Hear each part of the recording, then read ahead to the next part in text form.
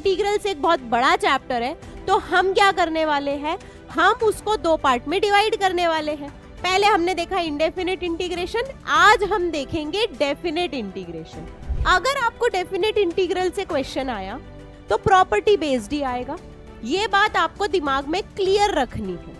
हम ए से बी निकालने में इंटरेस्टेड है तो हम इंटीग्रेशन कहां से कहां तक करेंगे, ए से बी तक। x बराबर a से x बराबर b तक fx कर्व के नीचे जो एरिया है वो इंटीग्रेशन fx dx से पता लगता है।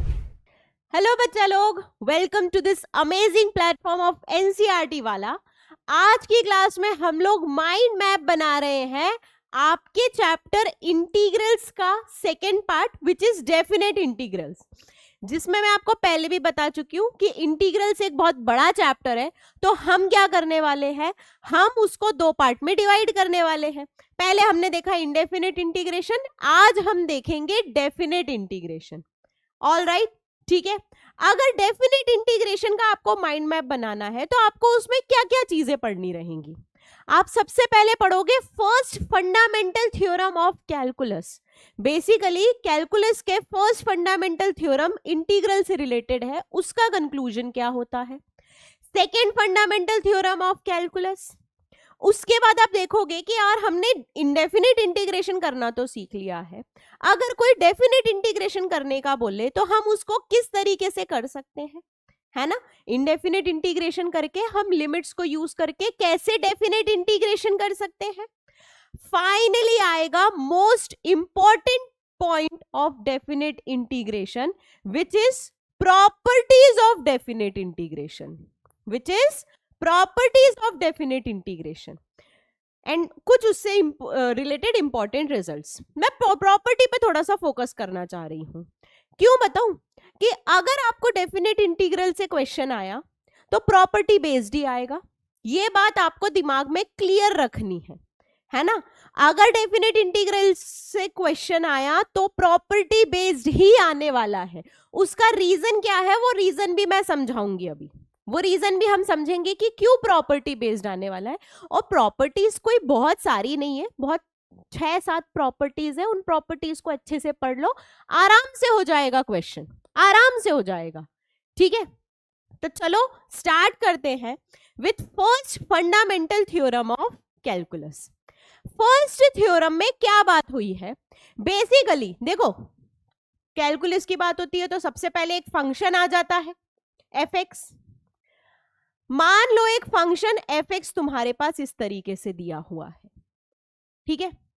अब fx x एक्सिस के साथ ये पॉइंट मान लो है a, ये पॉइंट मान लो है b, ये हमारा प्यारा सा फंक्शन है fx। fx x एक्सिस के साथ एक एरिया बना रहा होगा, है ना। अगर ये x बराबर a लाइन है, ये x बराबर b लाइन है, तो fx और x एक्सिस के बीच में ये एरिया एनक्लोज्ड हो रहा होगा, ठीक है। कोई पूछे अगर कि इस एरिया की वैल्यू क्या है ना। बेसिकली इंटीग्रेशन का टर्म यहीं से आया है, इंटीग्रेशन यहीं से आया है। तो क्या किया लोगों ने कि इसको पहले दो पार्ट में डिवाइड किया, इसको पहले दो पार्ट में डिवाइड किया, है ना।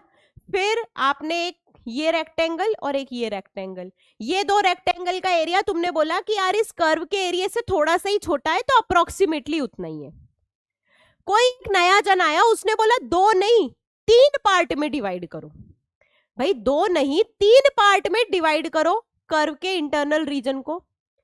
अगर हम 3 पार्ट में डिवाइड करेंगे तो आपके पास 3 रेक्टेंगल के एरिया आ रहे हैं। और आप देखोगे कि पुराने एरिया और नए एरिया में नया एरिया fx के ज्यादा पास है। भाई fx का जो एरिया है वो नया एरिया जो है उसके ज्यादा पास है।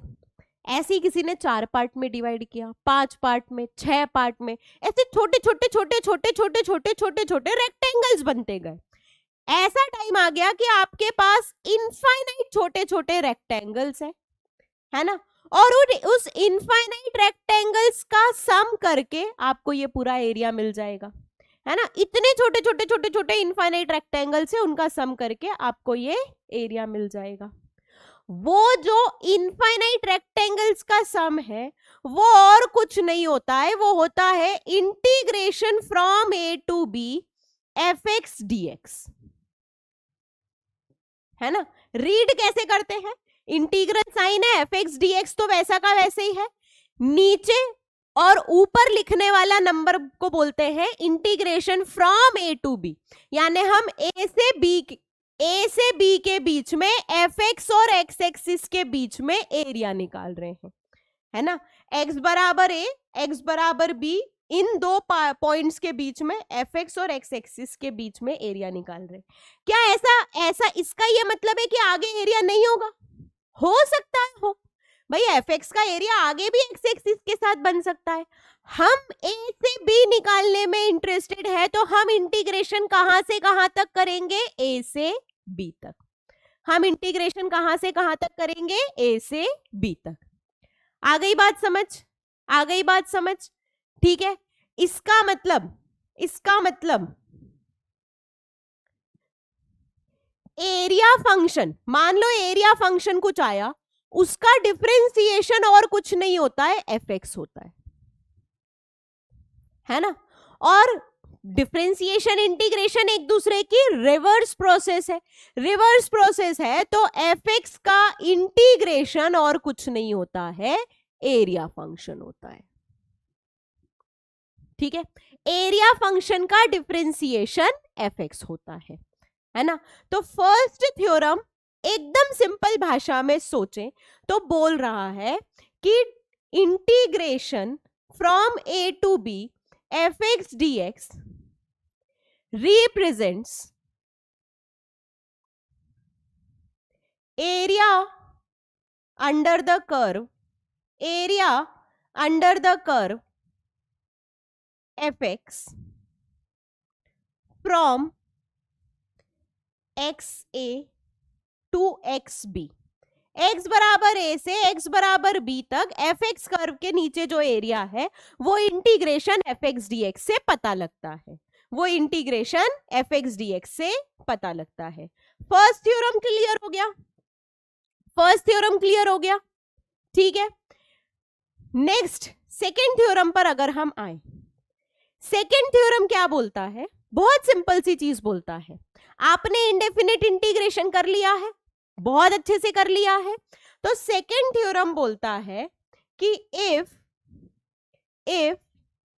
indefinite integration of fx is capital fx plus c, है ना। indefinite integration of fx is capital fx plus c, then indefinite integration of fx, ओहो यहाँ पे dx लिखना भूल गई, ऐसा बड़ा पाप नहीं करना। इंटीग्रेशन किसके रिस्पेक्ट में हो रहा है ये बहुत जरूरी है, एफ एक्स डी एक्स।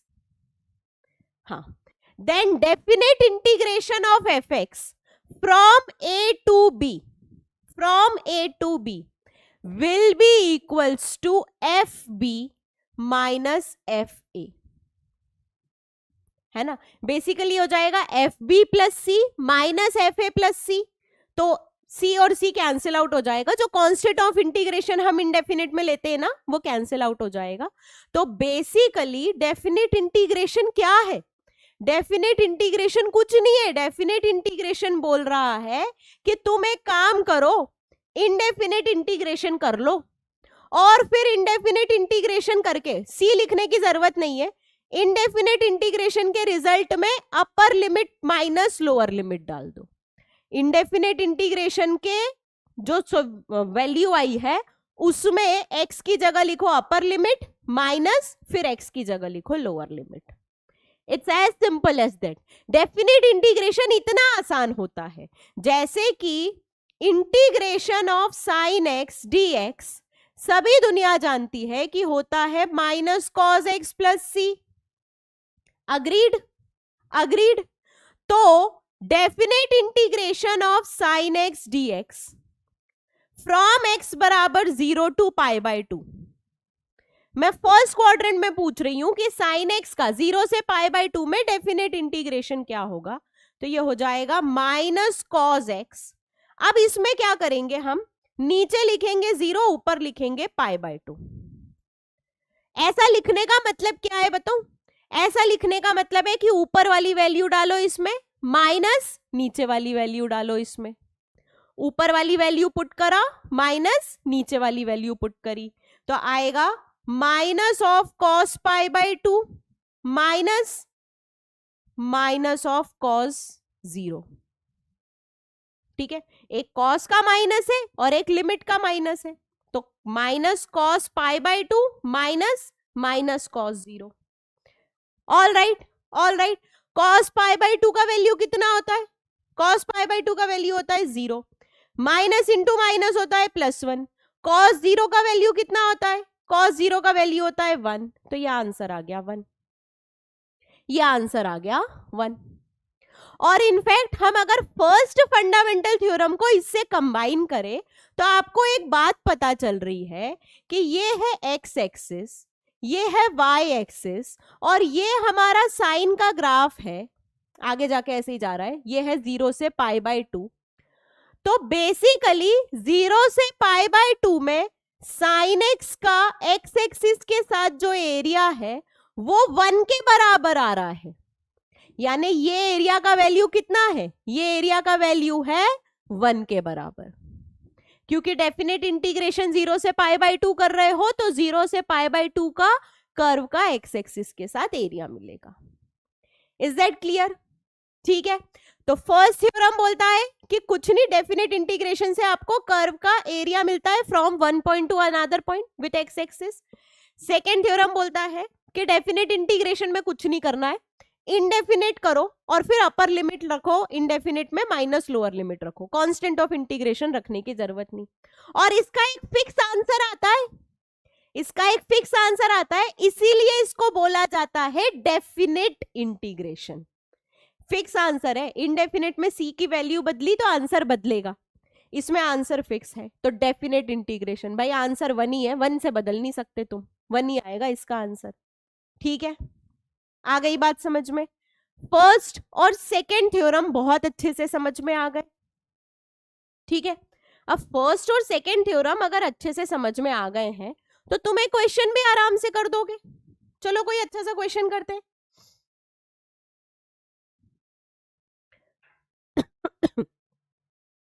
0 से 1 इंटीग्रेट करना है 2x plus 3x square dx को। ठीक है, तो तुम बोलोगे मैम कुछ नहीं, इंडेफिनेट इंटीग्रेशन कर दो, तो 2x square upon 2 plus 3x cube upon 3, constant लिखने की जरूरत नहीं है, ये आ जाएगा 0 से 1। ठीक है, 2 से 2 कैंसिल, 3 से 3 कैंसिल, पहले इस फंक्शन में लिखो 1, तो 1 स्क्वायर प्लस 1 क्यूब, माइनस फिर लिखो 0, तो 0 स्क्वायर माइनस 0 क्यूब, तो आंसर आ गया 2, आंसर आ गया 2। Is that clear? Is that clear? आ गई बात समझ में? ठीक है, चलो अगला क्वेश्चन, dx फ्रॉम 0 to 2। बेटा dx जो होता है वो कुछ नहीं, यहां पे लिखा हुआ है 1 dx, और 1 का इंटीग्रेशन होता है x, है ना, क्योंकि 1 है x की पावर 0, तो हो जाएगा x की पावर 1 अपॉन 1, तो ये हो जाएगा x फ्रॉम 0 to 2, यानी कि 2 माइनस 0 यानी कि 2।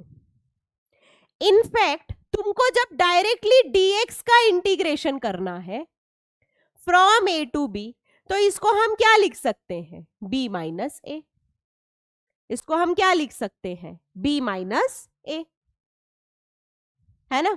अगर तुमको x का इंटीग्रेशन करना है, x का इंटीग्रेशन करना है फ्रॉम a to b, तो तुम बोलोगे मैम कुछ नहीं, x का इंडेफिनेट इंटीग्रेशन होता है x स्क्वायर बाय 2। अब a से b करना है तो पहले रखेंगे अपर लिमिट माइनस लोअर लिमिट, तो ये हो जाएगा b square minus a square by 2। All right, तो इंडेफिनेट डेफिनेट इंटीग्रेशन हम कैसे कर रहे हैं? डेफिनेट इंटीग्रेशन हम बोल रहे हैं इनडेफिनेट इंटीग्रेशन करो और अपर लिमिट माइनस लोअर लिमिट करो। ठीक है, अब ये तो बहुत आसान हो गया। सब्स्टिट्यूशन में कैसे करेंगे मैम? अगर हमको सब्स्टिट्यूशन से इंटीग्रेशन, क्योंकि इंडेफिनेट के मैक्सिमम क्वेश्चन सब्स्टिट्यूशन से होते हैं, इंडेफिनेट के मैक्सिमम क्वेश्चन सब्स्टिट्यूशन से होते हैं, तो डेफिनेट भी सब्स्टिट्यूशन से करना आना चाहिए, है ना। मान लो तुमको करना है integration 2x upon 1 plus x square dx, where x varies from let's say 1 to 2। कोई दिक्कत नहीं है ना। जब हम इसको इंडेफिनेट इंटीग्रेट करते हैं तो हम बोलते हैं 1 प्लस एक्स स्क्वायर को t सब्स्टिट्यूट करो, है ना। तो 2x dx ये हो जाता है dt। यही है हमारा प्रोसीजर, इंडेफिनेट इंटीग्रेशन करने में सब्स्टिट्यूशन इसी तरीके से करते हैं। अब बात आई, सुनो मैम, ये जो 1 से 2 आपने लिखा है ना, ये 1 से 2 किसकी वैल्यू होती है? जरा देखना, फर्स्ट फंडामेंटल थ्योरम में, सेकेंड फंडामेंटल थ्योरम में, ये 0 से π/2 हम किसकी वैल्यू लिख रहे हैं? एक्स एक्सिस पर लिख रहे हैं यानी एक्स की वैल्यू लिख रहे हैं, है ना। ये 1 से 2 एक्स की वैल्यू लिखी है आपने। एक्स और टी बराबर नहीं है, इनफैक्ट टी जो है वो 1 प्लस एक्स स्क्वायर के बराबर है। इसका मतलब कि टी का वैल्यू 1 से 2 नहीं रखेंगे। टी का वैल्यू 1 से 2 नहीं रखेंगे तो क्या रखेंगे? कैलकुलेट कर लो भाई, एक्स को रखो 1, तो 1 प्लस 1 स्क्वायर, टी का वैल्यू आ गया 2, और एक्स को रखा 2, तो 1 प्लस 2 स्क्वायर, टी का वैल्यू आ गया 5।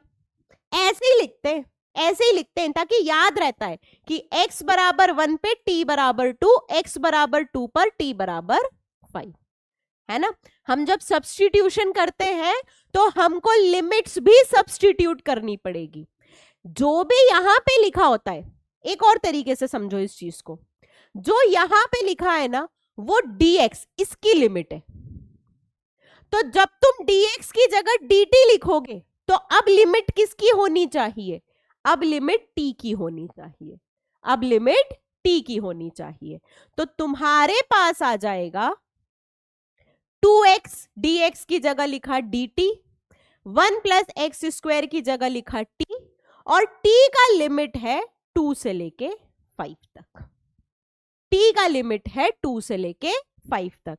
तो सब्स्टिट्यूशन में dx बदलेगा तो लिमिट x की जगह dx जिसमें बदल रहा है उसकी रखेंगे। कैसे रखेंगे?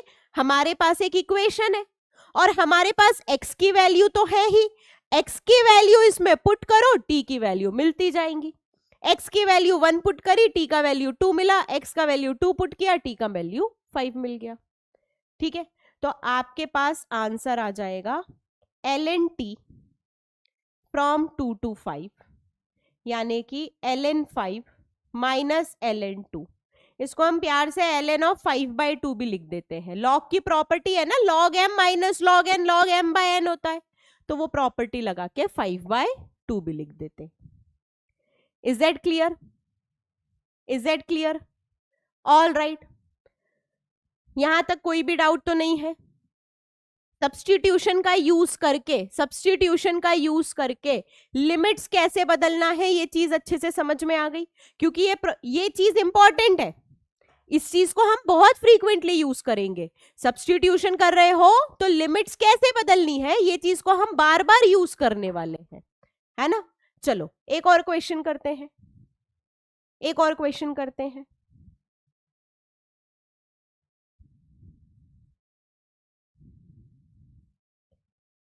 e to the power sin x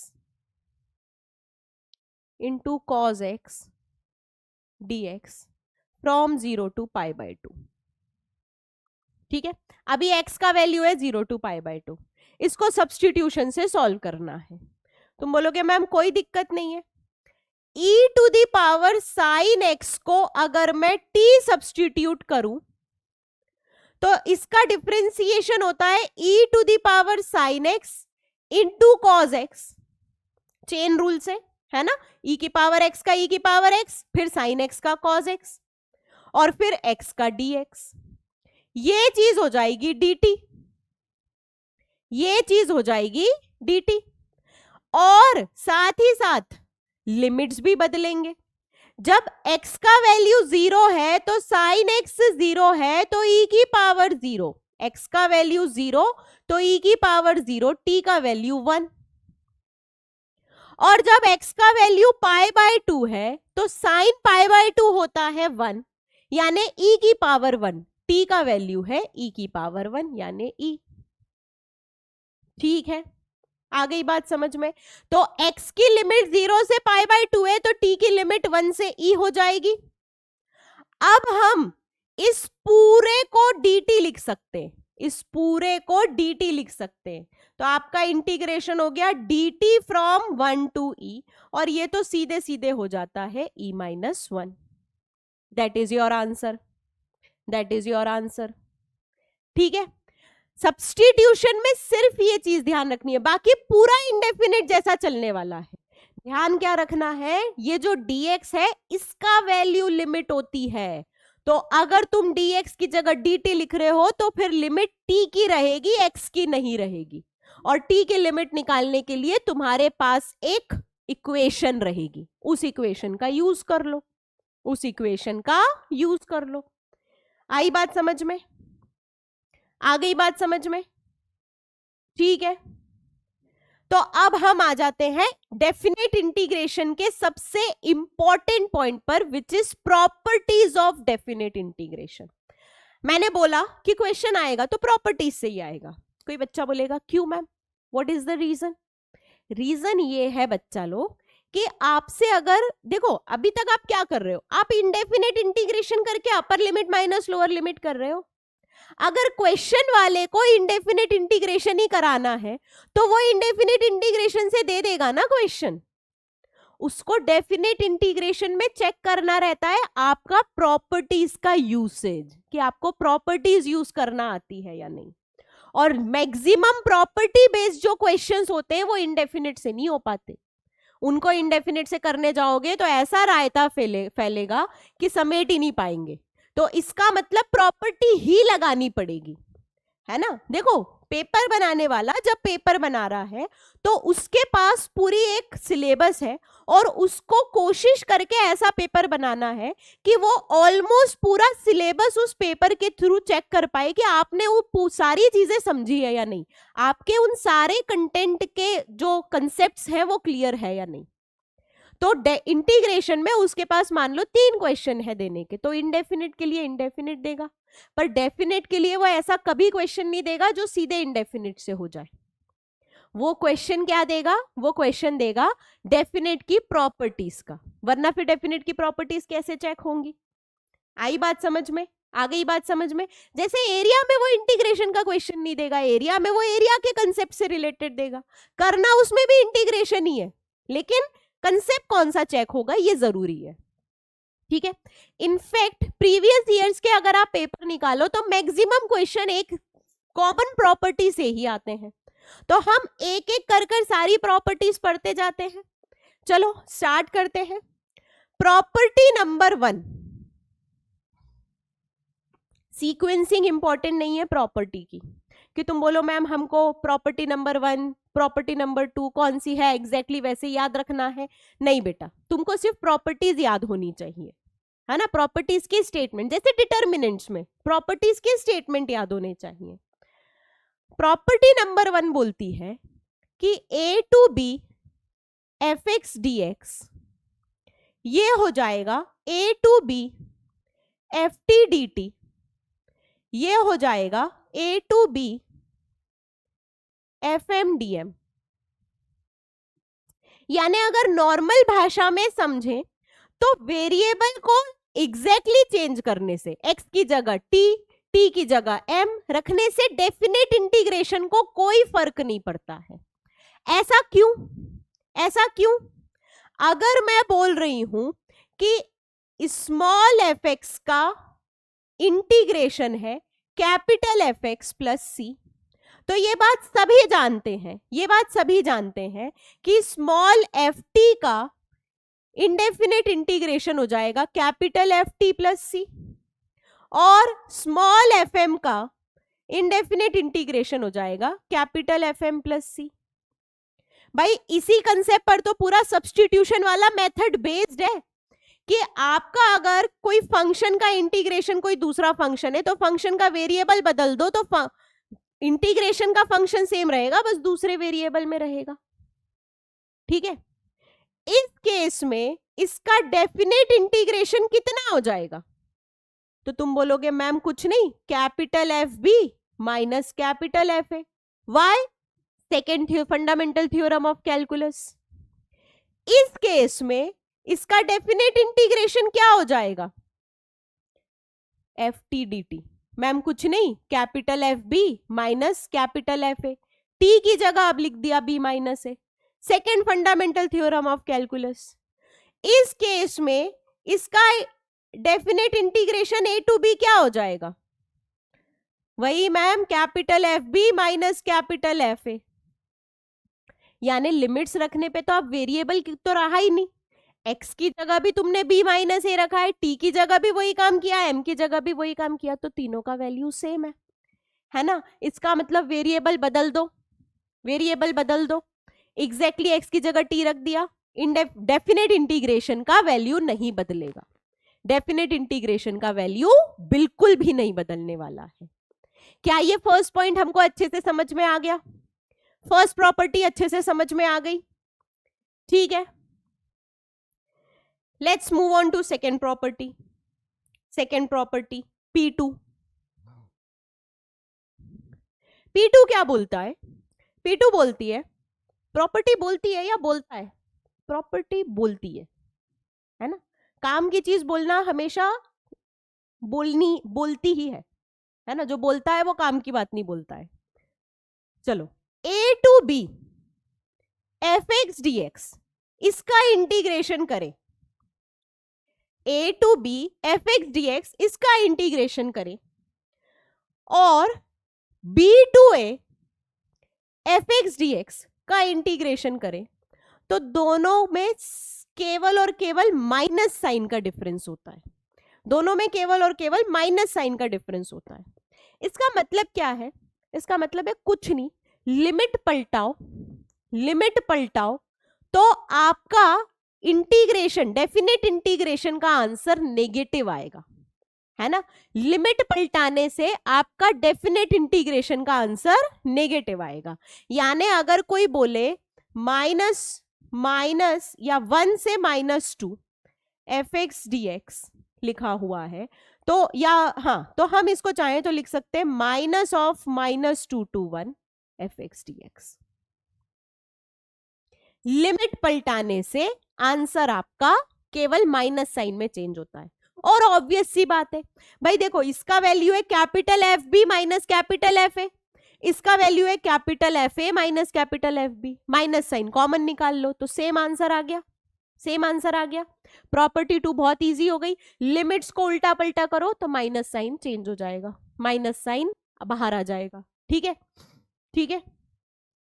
चलो, प्रॉपर्टी नंबर 3, हम अगर कोई पॉइंट ले C A से B के बीच में, और उस पॉइंट पर फंक्शन या तो डिसकंटिन्यूअस है या कोई दूसरी गड़बड़ हो रही है, तो हम क्या कर सकते हैं कि डेफिनेट इंटीग्रेशन को उस C पॉइंट पर ब्रेक कर सकते हैं। कैसे ब्रेक कर सकते हैं?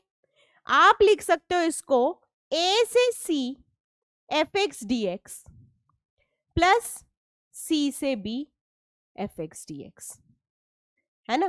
भाई आपको एक से दूसरे पॉइंट तक पहुंचना था, दूसरे पॉइंट तक पहुंचने में बीच में कुछ गड़बड़ हो रही थी, तो आपने क्या किया कि वो C पॉइंट के पहले आपने अलग से इंटीग्रेशन किया और C के बाद आपने अलग से इंटीग्रेशन किया। पहले A से C में किया और फिर C से B में किया। ये प्रॉपर्टी पर बेस्ड क्वेश्चन एक आता है, बहुत फ्रीक्वेंटली आता है, और वो क्वेश्चन होता है मॉड्यूलस का। किसका क्वेश्चन होता है बेटा? मॉड्यूलस का। रीजन बताती हूं क्यों, है ना। क्योंकि तुमको बोल दिया जाता है कि इंटीग्रेट करो mod x D X from -1 to 1, है ना, फंसा दिया। -1 से 1 मॉड एक्स डी एक्स को इंटीग्रेट करने का बोल दिया। अब बच्चा बोलता है कि मैम मॉड एक्स फंक्शन कोई एक फंक्शन थोड़ी है। भाई मॉड एक्स कैसे डिफाइन होता है? मॉड एक्स जो है वो बोलता है कि मैं x से छोटे, 0 से छोटे x के लिए -x रहूंगा और 0 से बड़े x के लिए +x रहूंगा। यानी मॉड x का वैल्यू तुम +x और -x दोनों लिख सकते हो डिपेंडिंग अपॉन x 0 से छोटा है या x 0 से बड़ा है, डिपेंडिंग अपॉन x 0 से छोटा है या x 0 से बड़ा है। तो इस फंक्शन में तुम बोलोगे मैम सुनो, -1 से 0 तक एक पार्ट लो, यानी 0 से छोटे x के लिए, 0 से छोटा x यानी -1 से 0। उस केस में मॉड x का वैल्यू होता है -x, तो इंटीग्रेशन करेंगे हम -x का, प्लस 0 से 1 के लिए अगला इंटरवल लो। तो हमने क्या किया, -1 से 1 इंटरवल को दो पार्ट में तोड़ा, एक -1 से 0 और एक 0 से 1। इस इंटरवल में मॉड x बोलता है कि यार मैं तो पॉजिटिव रहूंगा। अब ये दोनों इंटीग्रेशन कर सकते हैं हम, है ना। अब ये दोनों इंटीग्रेशन करो, तुम्हारे पास आंसर आ जाएगा, ये दोनों इंटीग्रेशन से आंसर आ जाएगा। आई बात समझ में? आ गई बात समझ में? ठीक है। मॉड x का इंटीग्रेशन जब तक नहीं कर सकते जब तक मॉड हटेगा नहीं। और मॉड हटता कैसे है? मॉड बोलता है मेरे अंदर वाली क्वांटिटी पॉजिटिव तो मैं पॉजिटिव, और मॉड बोलता है मेरे अंदर वाली क्वांटिटी अगर नेगेटिव है तो मेरा साइन हटाओ एक माइनस साइन लगा के, भूलना नहीं है एक माइनस साइन लगाना अगर x नेगेटिव है तो, है ना, अगर x नेगेटिव है तो। इनफैक्ट अगर आपको क्वेश्चन कुछ ऐसा दे दिया, -1 से 1 मॉड ऑफ x -1 या -1 से 2 मॉड ऑफ x -1, ठीक है। अब ये मॉड कब पॉजिटिव होगा कब नेगेटिव होगा? तुम बोलोगे कुछ नहीं मैम, जब x -1 पॉजिटिव होगा तो मॉड के अंदर वाली क्वांटिटी पॉजिटिव होगी, और जब x -1 नेगेटिव होगा तो मॉड के अंदर वाली क्वांटिटी नेगेटिव होगी। यानी कि x < 1 के लिए ये फंक्शन है -x -1 और x < 1 के लिए ये फंक्शन है x -1। तो अब तुम इस मॉड को ब्रेक करोगे तो आएगा -1 से 1, है ना, लोअर लिमिट से, जहां पर फंक्शन ब्रेक हो रहा है। किस पर ब्रेक हो रहा है? < 1। देख लो x इज < 1, उस पर फंक्शन है -(x -1) प्लस 1 से 2, जहां पे ब्रेक हुआ वहां से अपर लिमिट तक। अब तुम्हारा फंक्शन क्या है? मैम x जब 1 से बड़ा होता है तो आपका फंक्शन होता है x -1, तो ये है x -1 dx। अब इसको इंटीग्रेट कर सकते हो, है ना, मॉड का साइन हट गया। तो मॉड का साइन हटाने में ये प्रॉपर्टी बहुत इंपॉर्टेंट है। इनफैक्ट केवल मॉड का साइन हटाने में ही प्रॉपर्टी इंपॉर्टेंट नहीं है, और भी जगह है, मैं बताऊंगी, एक एक करके हम प्रॉपर्टीज पढ़ेंगे तब मैं बताऊंगी कहां कौन सी प्रॉपर्टी का कैसा यूज है, ठीक है। ऑल राइट, चलो let's move on to property number 4। Property number 4, property number 4 बोलती है integration of fx dx from -a to a। याद रखो -a से a, इसको मैं बोलती हूं सिमेट्रिक लिमिट। सिमेट्रिक लिमिट का मतलब क्या है? भाई बात हो रही है a और a के बीच में एक नेगेटिव एक पॉजिटिव, तो -a से a, -2 से 2, -1 से 1, ये है सिमेट्रिक लिमिट, ये है सिमेट्रिक लिमिट। सिमेट्रिक लिमिट में इस इंटीग्रेशन का वैल्यू हो जाता है 0 if fx is odd and 2 times 0 to a fx dx if fx is even। अब मैम हमको तो यही नहीं पता इवन और ऑड का मतलब क्या होता है। बेटा इवन और ऑड कुछ नहीं, फंक्शन का टाइप होता है। बेसिकली अगर फंक्शन में x की जगह माइनस एक्स रखा और माइनस साइन कॉमन आ गया तो ऐसे फंक्शन को हम बोलते हैं ऑड फंक्शन। और फंक्शन में अगर x की जगह माइनस एक्स रखने पर फंक्शन में कोई फर्क नहीं पड़ा, एग्जैक्टली सेम है, तो ऐसे फंक्शन को हम बोलते हैं इवन फंक्शन। cos x एक इवन फंक्शन है क्योंकि cos माइनस साइन खा जाता है, cos of minus x cos x के बराबर ही होता है। वहीं sin x एक ऑड फंक्शन है क्योंकि sin x में x की जगह माइनस एक्स रखो, sin x में x की जगह माइनस एक्स रखो तो तुम्हारे पास माइनस साइन एक्स आ जाएगा, माइनस साइन एक्स आ जाएगा विच इज ऑड की प्रॉपर्टी। ठीक है, तो तुम्हारे पास सिमेट्रिक लिमिट में किसी फंक्शन का डेरिवेटिव या तो तुम 0 बोल सकते हो या फिर 2 fx dx from 0 to a बोल सकते हो, डिपेंड करता है fx फंक्शन ऑड है या इवन। मैम अगर दोनों नहीं हो तो कोई दिक्कत नहीं है, फिर प्रॉपर इंटीग्रेट करो, निकालो वैल्यू, है ना, प्रॉपर इंटीग्रेट करके वैल्यू निकालो। अब जैसे साइन पर एक क्वेश्चन आ जाता है प्यारा सा, चलो बेटा, माइनस पाई बाय 2 से pi by 2 sine X D x का वैल्यू क्या होगा? तो तुम बोलोगे मैम ऑड फंक्शन का इंटीग्रेशन सिमेट्रिक लिमिट में 0 माइनस ए से ए। इनफैक्ट ऑड और इवन का कंसेप्ट सोचना कब है, इसकी हिंट भी यही होती है, ये सिमेट्रिक लिमिट होती है। अगर लिमिट कुछ इस तरीके से दी है तो एक बार चेक कर लो कि फंक्शन ऑड है या इवन है, फंक्शन ऑड है या इवन है। Is that clear? Is that clear? ठीक है, देखो आगे देखो, minus pi by 2 to pi by 2 sine x into X square plus X की power 4 upon cos X plus 1 dx। ठीक है, मैंने क्यों बोला था कि जब डेफिनेट इंटीग्रेशन का क्वेश्चन पेपर बनाने वाला देगा तो वो प्रॉपर्टी बेस्ड क्वेश्चन देगा, है ना। जब तुम इस क्वेश्चन को इंडेफिनेट से करने जाओगे तो पॉसिबल ही नहीं है करना, क्योंकि बहुत बड़ा क्वेश्चन है। क्या करोगे इसमें? Algebraic function, trigonometric function multiply हो रहा है, मैम आइलेट रूल लगा देते हैं, है ना, आइलेट रूल लगा देते हैं, आइलेट रूल भी लगाएंगे तो कितना बड़ा जाने वाला है ये, कभी सॉल्व भी होगा या नहीं होगा।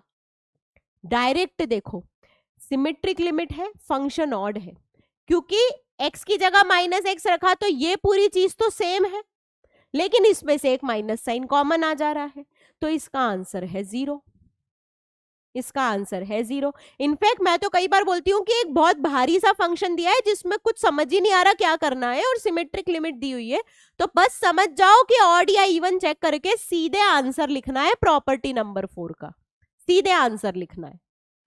ठीक है, ठीक है, चलो नेक्स्ट आती है हमारी प्रॉपर्टी नंबर 5। प्रॉपर्टी नंबर 5, इसको हम प्यार से बोलते हैं किंग प्रॉपर्टी। क्या बोलते हैं बेटा? King property. क्यों बोलते हैं किंग प्रॉपर्टी? क्योंकि मैम मैक्सिमम क्वेश्चन इसी से सॉल्व होंगे। हर क्वेश्चन में मेरा ये सजेशन होता है एक बार किंग लगा के देख लो, एक बार किंग लगा के देख लो, चांसेस है कि कुछ ना कुछ उससे हो ही जाएगा। कोई भी क्वेश्चन आए पहला एडवाइस यही रहता है, और मैक्सिमम पीवाईक्यूज किंग बेस तो आए हैं। मतलब पीवाईक्यूज में जैसे मान लो डेफिनेट इंटीग्रेशन से 5 नंबर का क्वेश्चन आना है, एक 2 नंबर का क्वेश्चन किंग पर आ जाएगा, एक 3 नंबर का क्वेश्चन किंग प्लस दूसरी तीसरी प्रॉपर्टी पर आ जाएगा, है ना। तो किंग प्रॉपर्टी क्या बोलती है, ध्यान से सुनो, ए से B F x D X, A से B F x D X और ए से B F of A plus B minus x dx, ये दोनों चीजें एग्जैक्टली सेम होती है, यानी कि फंक्शन में x की जगह upper limit plus lower limit minus x रखने से फंक्शन का इंटीग्रेशन चेंज नहीं होता है। x की जगह क्या रख रहे हैं, लोअर लिमिट प्लस अपर limit minus x, lower limit plus अपर लिमिट माइनस x, उससे फंक्शन का इंटीग्रेशन चेंज नहीं होता है। इनफैक्ट तुम चाहो तो इसको प्रूफ भी कर सकते हो। कैसे प्रूफ कर सकते हो, कैसे प्रूफ कर सकते हो, ये वाला पार्ट लो, राइट हैंड साइड वाला, a plus B minus x को सब्सटीट्यूट कर दो t,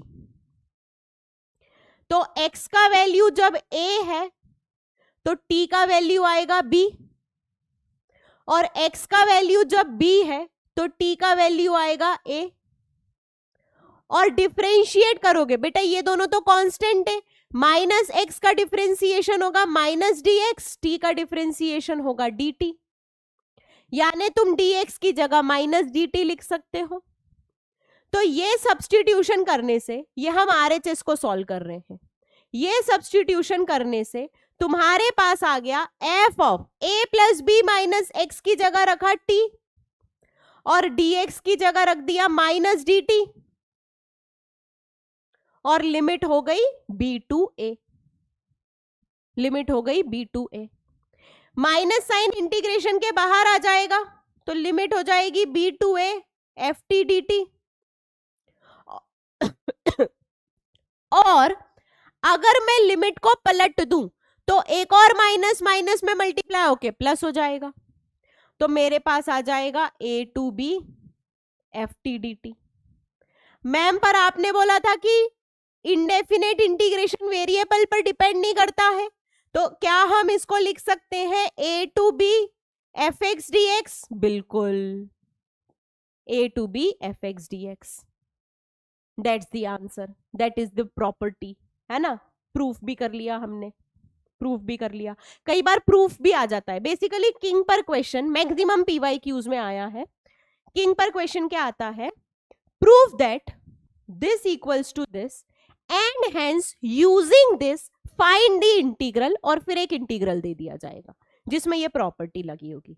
तो प्रूफ दैट, प्रूफ वाला काम हो गया, and hence using this, use करने वाला काम हो गया।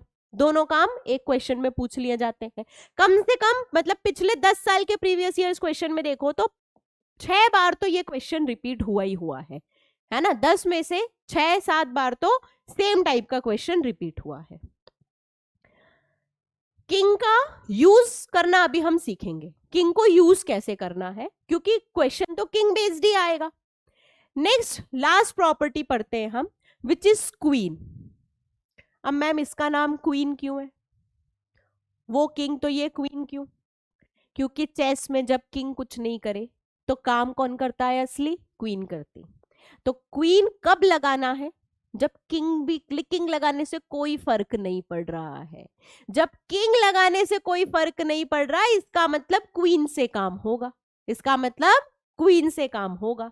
ठीक है, तो ये प्रॉपर्टी बोलती है कि 0 to 2a F x D x को हम लिख सकते हैं 0 to a f x D x plus 0 to a F of 2a minus x dx। ठीक है, बेसिकली क्वीन की हिंट ये भी होती है जब लिमिट को हाफ करना हो। 0 से 2a है तो तुमको 0 से a 0 से a लिमिट चाहिए, तो ये हो जाएगा 0 to a f x D x plus 0 to a F of 2a x minus x dx। आई बात समझ में? आई बात समझ में? यानी अब देखो एक एग्जाम्पल करते हैं, 0 से पाई साइन एक्स dx, ये क्या हो जाएगा? ये क्या हो जाएगा? तो तुम बोलोगे मैम बहुत बढ़िया, ये होगा 0 से pi by 2 sine x dx plus 0 से pi by 2 sine of pi minus x, है ना, 2a माइनस एक्स, ये वाली लिमिट माइनस एक्स dx। ठीक है, अब जो बच्चे ने ईमानदारी से ट्रिग्नोमेट्री रिवाइज करी है उसको तो ये बात पता है कि sine of pi minus theta sine theta ही होता है। तो ये लिखा हुआ है 0 से pi by 2 sine x DX. Same चीज दो बार लिखी हुई है तो इसको हम लिख देंगे 2 टाइम्स 0 से pi by 2 sine x d x. और इसका इंटीग्रेशन हमको पता है 1 होता है तो आंसर आ गया 2 इंटू 1 यानी 2। ठीक है, तो जब भी हमको लिमिट हाफ करनी होती है, जब भी हमको लिमिट हाफ करनी होती है तो हम क्या करते हैं, हम क्वीन लगा लेते हैं, हम क्वीन प्रॉपर्टी लगाते हैं। ठीक है, ऑल राइट। छो प्रॉपर्टी पढ़ ली है तो अब मैं प्रॉपर्टी का यूज समझाती हूं। पहले एक किंग का क्वेश्चन करेंगे, फिर एक प्रॉपर्टी नंबर 3 का क्वेश्चन करेंगे। प्रॉपर्टी नंबर 3 याद है कि नहीं याद है? बीच में सी पे ब्रेक हुआ था, है ना, मॉड वाला जो क्वेश्चन किया था हमने प्रॉपर्टी नंबर 3 में। ऑल राइट, और फिर एक क्वीन का क्वेश्चन करेंगे। ठीक है, चलो तुमको इंटीग्रेट करना है। मैं किंग एक्चुअली तुमको अप्लाई करना सिखा रही हूं, how to apply king property. तुमको एक इंटीग्रल दिया हुआ है 0 to pi by 2 sine of x upon sine x plus cos x d x. ठीक है, किंग, अब देखो इसका इंडेफिनिट इंटीग्रेशन बहुत डिफिकल्ट होता है। तुम इसमें क्या करते हो, प्लस कॉस करते हो तो साइन प्लस कॉस आता है, फिर प्लस साइन माइनस कॉस करते हो, 2 से डिवाइड करते हो, फिर एक पार्ट का इंटीग्रेशन अलग करते हो, दूसरे पार्ट में F dash x upon F x का इंटीग्रेशन करते हो। बहुत दिक्कत है, बहुत दिक्कत है इंडेफिनिट में। वहीं किंग से देखो कितनी जल्दी होगा। सबसे पहले मैं बोलूंगी इसमें किंग लगाओ। किंग लगाने का मतलब है एक्स की जगह लोअर लिमिट प्लस अपर लिमिट माइनस एक्स रखना। और किंग बोलता है कि किंग लगाने से इंटीग्रल का वैल्यू चेंज नहीं होता, यानी आई का वैल्यू हो जाएगा 0 to pi by 2 sine of x की जगह क्या रखेंगे, पाई बाय 2 माइनस एक्स। भाई 0 प्लस पाई बाय 2 होता है pi by 2 upon sine of pi by 2 minus x plus cos of pi by 2 minus x d x. ठीक है, तो किंग लगाने से तुम्हारा इंटीग्रल बन गया cos x upon cos x plus sin x। अब अभी बात खत्म नहीं हुई है, किंग लगा दिया। हमेशा हमेशा ओरिजिनल इंटीग्रल और किंग लगाने के बाद वाले इंटीग्रल में कोई ना कोई रिलेशन होता है। दोनों को ऐड करो, दोनों को ऐड करो। जनरली हम यही करते हैं, हर बार नहीं लेकिन जनरली हम यही करते हैं। दोनों को ऐड किया तो मेरे पास आ जाएगा i is equals to 0 to pi by 2 sine x upon sine x plus cos x d x plus 0 to pi by 2 cos x upon cos sine x plus cos x d x. ठीक है, denominator same है तो numerators directly add हो जाएंगे। भाई देखो, indefinite integration में तो हम फंक्शंस को डायरेक्टली ऐड कर सकते थे, डेफिनेट में ऐड करने से पहले ध्यान रखना कि लिमिट सेम होनी चाहिए। लिमिट सेम नहीं है तो ऐड नहीं कर सकते फंक्शंस को, है ना। तो हमारे पास ये हो जाएगा 0 से pi by 2 sine x plus cos x upon sine x plus cos x dx. ये दोनों हो गया कैंसिल, तो तुम्हारे पास dx from 0 to pi by 2 क्या आ जाएगा, ये 2i का वैल्यू है। लेफ्ट हैंड साइड भी तो ऐड करना पड़ेगा, तो i प्लस आई हो गया 2i, तो 2i का वैल्यू आ गया dx from 0 to pi by 2 यानी पाई बाय 2 माइनस 0, तो i का वैल्यू आ गया पाई बाय 4। i का वैल्यू आ गया पाई बाय 4। आ गई बात समझ में, आ गई बात समझ में? ठीक है, is that clear? All right, तो किंग कैसे लगाना है, मैम कुछ नहीं, आई का वैल्यू जो है वो किंग लगा के सेम होता है तो किंग लगा के भी लिख दो, और ओरिजिनल इक्वेशन और किंग लगाने वाले बाद की इक्वेशन को ऐड कर दो। जनरली कुछ ना कुछ प्यारी सी चीज आ जाती है ना, कुछ प्यारी सी चीज आ जाती है। आ गई बात समझ? आ गई बात समझ? ठीक है, ऑल राइट। चलो, अगर मैं बोलूं कि मुझे एक फंक्शन का इंटीग्रेशन निकालना है किंग लगा के, है ना, मुझे इंटीग्रल दिया हुआ है 0 to pi tan x dx। जरा इसका इंटीग्रल बताना, जरा इसका इंटीग्रल बताना। तुम जब इसका इंटीग्रल किंग लगा के निकालना चाहोगे तो मैं बताती हूं क्या होगा। किंग लगा दिया तो i का वैल्यू हो जाएगा 0 to पाई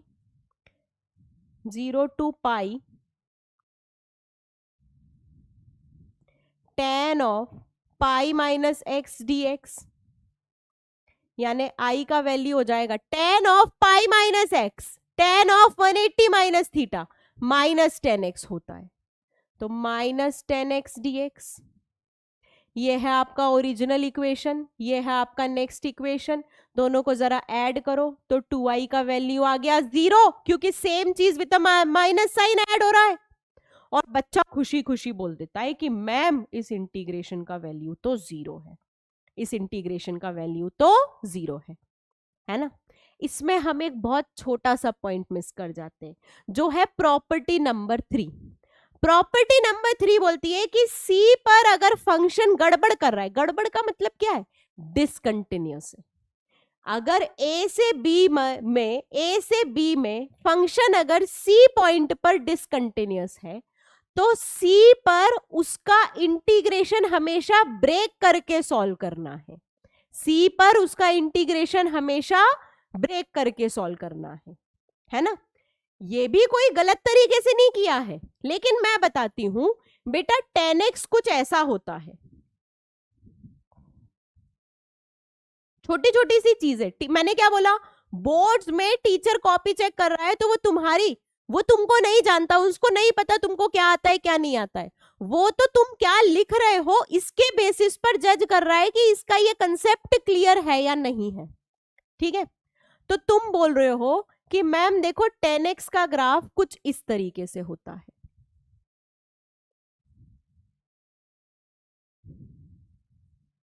है ना। ये है 0, ये है पाई, और पाई बाय 2 पर 10 की कोई वैल्यू एग्जिस्ट नहीं करती। पाई बाय 2 पर 10 की कोई वैल्यू एग्जिस्ट नहीं करती, है ना। तो हम जब भी इंटीग्रेशन ऑफ 10x लिखेंगे 0 to पाई, तो इसको सॉल्व हम ऐसे करेंगे 0 to pi by 2 10x dx, 0 to pi by 2 10x dx plus pi by 2 to pi 10x dx। 0 to pi by 2 10x dx plus pi by 2 to pi 10x dx। क्यों? क्योंकि पाई by 2 पर value exist नहीं करती है। तो जब भी तुम लोअर लिमिट और अपर लिमिट लिखो तो हमेशा चेक करो कि इसके बीच के हर पॉइंट पर ये फंक्शन कंटिन्यूअस है या नहीं, क्योंकि जहां पर डिसकंटिन्यूअस है उस पॉइंट पर तुमको ब्रेक करके डेफिनेट इंटीग्रेशन इस तरीके से लिखना पड़ेगा। जिस पॉइंट पर डिसकंटिन्यूअस है, जिस भी पॉइंट पर डिसकंटिन्यूअस है, उस पर ब्रेक करके डेफिनेट इंटीग्रेशन का तरीका बदलना रहेगा। आई बात समझ में? Is that clear? All right, ठीक है, कोई भी डाउट तो नहीं? चलो, अब आती है बात रिजल्ट्स की। हमको किंग लगाना आता है, हमको क्वीन लगाना आता है, हमको रिजल्ट्स भी कुछ पता होने चाहिए। जैसे किंग का एक बहुत फेमस रिजल्ट है, क्या है, integration of 0 to pi by 2 sine की power nx upon sine to the power nx plus cos to the power nx dx, या फिर integration of 0 to pi by 2 cos to the power nx अपॉन sin to the power nx plus cos to the power nx dx, या फिर integration of 0 to pi by 2 1 upon 1 plus 10x dx। 10x को sine cos लिखो, actually में यही बनने वाला है। 10x को साइन बाय कॉस लिखो, एक्चुअली में यही बनने वाला है। इन सब का वैल्यू आता है पाई बाय 4 किंग लगाने से, क्योंकि कैंसिल आउट हो जाता है। कैंसिल आउट होता है तो बेसिकली तुम्हारे पास 2i लिखा रहता है 0 से पाई बाय 2 dx, तो 2i का वैल्यू आ जाता है पाई बाय 2, i का वैल्यू आ जाता है पाई बाय 4। तो एक तो ये बहुत इंपॉर्टेंट रिजल्ट है जो किंग से आ रहा होता है। एक और रिजल्ट है, एक और रिजल्ट है ना, आपको इंटीग्रेशन करना है 0 से पाई बाय 2 लॉग या ln sin x dx का। ठीक है, इसका रिजल्ट भी इंपॉर्टेंट रहता है, इसका आंसर भी इंपॉर्टेंट रहता है, क्योंकि वो आंसर 2 और इंटीग्रेशन के बराबर आता है। 2 और इंटीग्रल कौन कौन से हैं? 2 और इंटीग्रल कौन कौन से हैं? एक तो है 0 से pi by 2 log of cos x, और एक है 0 से pi by 2 log of sine 2x dx। इन सब का इंटीग्रल आता है minus pi by 2 ln 2, minus pi by 2 ln 2। ठीक है, इसको सॉल्व करें, चलो इसको सॉल्व करना स्टार्ट करते हैं। सबसे पहले आपके पास एक इंटीग्रल है i 0 to pi by 2 log sin x dx, है ना। ऐसा समझो कि मैं डेफिनेट इंटीग्रेशन का सबसे टिपिकल क्वेश्चन कर दे रही हूं, और उसको कर ही इसलिए रहे हैं ताकि आपको कंसेप्ट्स प्रॉपरली यही लगाना आ जाए, क्योंकि इस एक क्वेश्चन में बहुत सारे कंसेप्ट्स यूज होंगे। तो सबसे पहले हम लगाएंगे किंग। किंग लगाने का मतलब है कि मैम i का वैल्यू हो जाएगा 0 to pi by 2 log sine 90 minus x, sine pi by 2 minus x, उसको डायरेक्टली कॉस एक्स लिख दूं, कॉस एक्स dx के बराबर। ठीक है, ये है आपकी इक्वेशन नंबर 1, ये है आपकी इक्वेशन नंबर 2। मैंने दोनों को ऐड किया तो मेरे पास 2i का वैल्यू आ गया। ध्यान से सुनना, 2i का वैल्यू आ गया 0 to pi by 2 log sine x plus log cos x dx। ठीक है, तो मेरे पास 2i का वैल्यू आ गया। बेटा लॉग की प्रॉपर्टी होती है, log of m plus log of n को हम लिख सकते हैं log of m into n। क्या लिख सकते हैं? Log of m into n। तो इसको लिख दिया मैंने log of sine x into cos x dx। ठीक है, देखो अभी तक हमने क्या क्या किया, किंग लगाया, ऐड किया, लॉग की प्रॉपर्टी लगाई।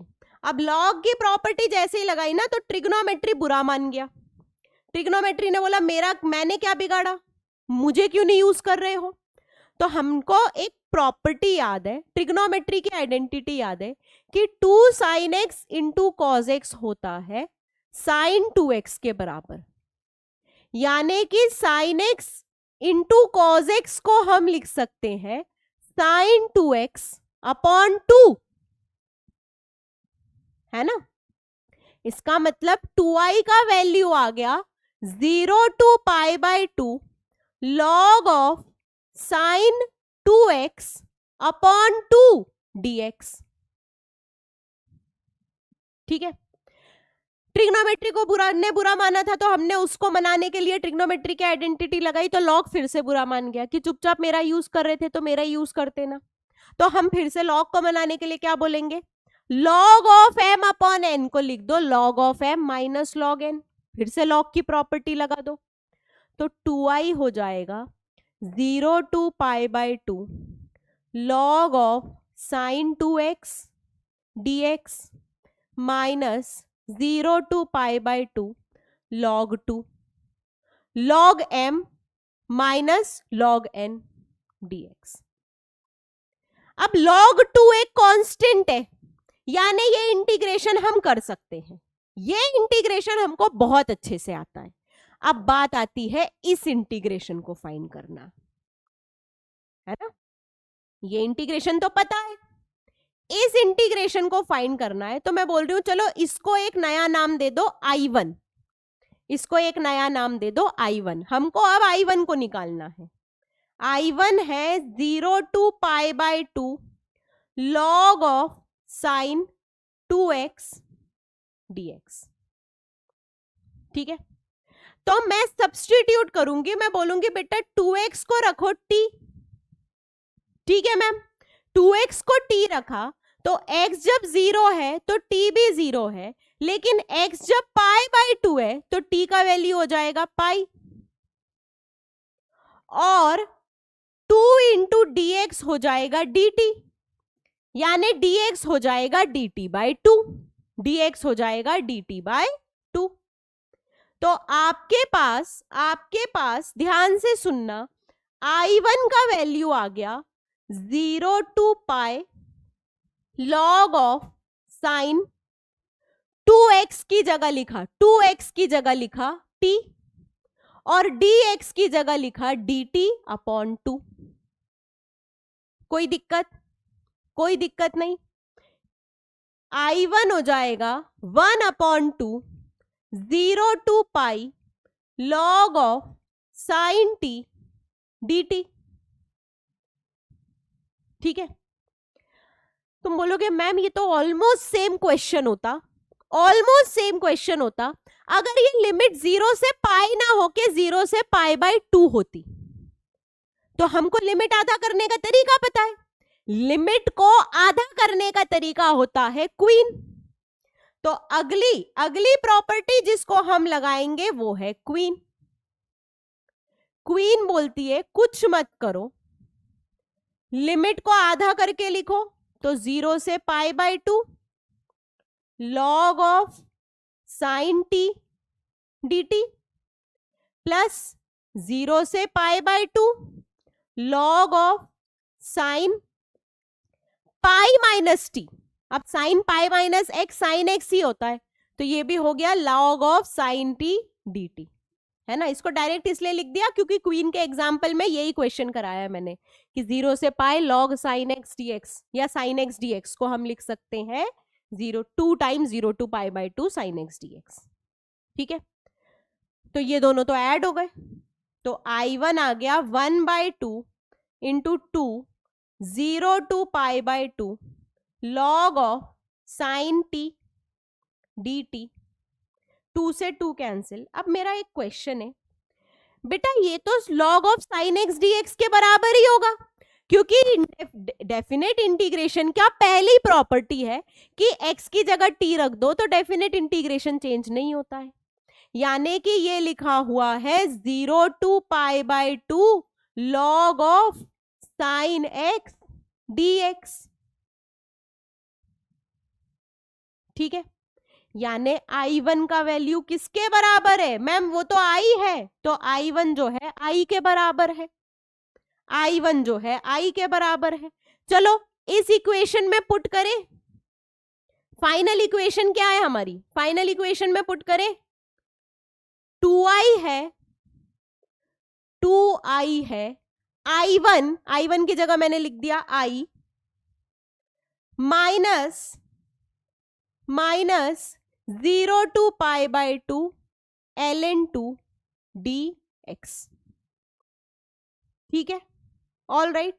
I को लेफ्ट हैंड साइड ले गए तो ये बन गया 2i माइनस आई यानी I, और यहां पे आ जाएगा माइनस ln 2 को बाहर लिया, 0 से पाई बाय 2 dx होता है पाई बाय 2 के बराबर, तो ये हो जाएगा minus pi by 2 ln 2 I का वैल्यू।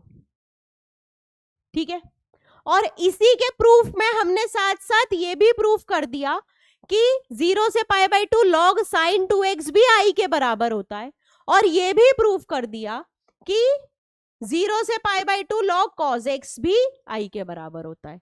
तो 0 से pi by 2 log sine x dx, 0 से pi by 2 log cos x dx and 0 to pi by 2 log sin 2x dx, तीनों होता है pi by minus pi by 2 ln 2 के बराबर। ये क्वेश्चन कायदे से अगर हमने अभी कुछ इंडेफिनिट नहीं पढ़ा है तो ये क्वेश्चन बिल्कुल नहीं करना चाहिए। एक बार तो मैं ये क्वेश्चन करा रही थी बोर्ड पर, तो पूरा क्वेश्चन खत्म होने के बाद बच्चा बोलता मैं पढ़ाई छोड़ दूंगा, मुझे नहीं करनी पढ़ाई। कोई इतना डिफिकल्ट क्वेश्चन नहीं है। बात यह है कि प्रॉपर्टीज मल्टीपल यूज हो रही है। भाई आपने एक ही क्वेश्चन में देखो डेफिनेट इंटीग्रेशन की कौन कौन सी प्रॉपर्टी यूज करी। फर्स्ट प्रॉपर्टी वेरिएबल चेंज वाली, सेकेंड फिर एक किंग्स रूल यूज किया, फिर एक क्वींस रूल यूज किया। तो डेफिनेट इंटीग्रेशन की 3 प्रॉपर्टी यूज कर ली। उसके बाद लॉग की प्रॉपर्टीज, उसके बाद ट्रिग्नोमेट्री की प्रॉपर्टीज, है ना। तो बेसिकली बहुत सारी प्रॉपर्टीज का कॉम्बिनेशन है इस क्वेश्चन में, लेकिन है मजेदार क्वेश्चन और आएगा तो ज्यादा मार्क्स का आएगा, अच्छे खासे मार्क्स का आएगा। ठीक है, तो रिजल्ट्स में इंपॉर्टेंट रिजल्ट्स ये 2 ही हैं। तुम चाहो तो डायरेक्टली भी इस रिजल्ट को याद रख सकते हो, काम आ सकता है। और ये तो फ्रीक्वेंटली देखोगे ही तुम, साइन की पावर nx अपॉन साइन की पावर nx प्लस कॉस की power nx dx from 0 to pi by 2। King के रूल से ये चीज क्या हो जाएगी, पाई बाय 4 के बराबर। All right, again this is mind map. हम है ना चैप्टर की मोस्ट इंपॉर्टेंट चीजों को रिविजिट करते हैं ताकि हम समराइज कर पाए माइंड में। लेकिन अगर आपने अब तक डेफिनेट इंटीग्रल्स नहीं पढ़ा है तो पहले डिटेल में चैप्टर को पढ़ो, प्रैक्टिस करो, बाद में इसको as a short summary use करना कि हाँ ये हमारे डेफिनेट इंटीग्रेशन की समरी है, इसको एज अ समरी यूज करके रिवाइज करना है ना। अब तुमको डिटेल में अगर पढ़ना ही है डेफिनेट इंटीग्रेशन तो उसकी एक्सरसाइज सॉल्व कर लेना, विच इज एक्सरसाइज 7.10। एक्सरसाइज 7.10 या 7.11, 7.11 बेसिकली प्रॉपर्टीज की एक्सरसाइज है। प्रॉपर्टीज इंपॉर्टेंट है इसलिए मैं बोल रही हूं प्रॉपर्टीज की एक्सरसाइज सॉल्व करना आना चाहिए हमको, है ना। जितने क्वेश्चन प्रैक्टिस करो उतना ही बेटर रहेगा। ऑल राइट बच्चा लोग, so that was our mind map of definite integration. I hope कि अगर आपने ये चैप्टर पढ़ लिया है तो आपके माइंड में एक प्रॉपर समरी बन गई है इस चैप्टर की, और अब आप इस चैप्टर को कभी भी रिवाइज कर सकते हो through this mind map. That's all for today. Good day everyone.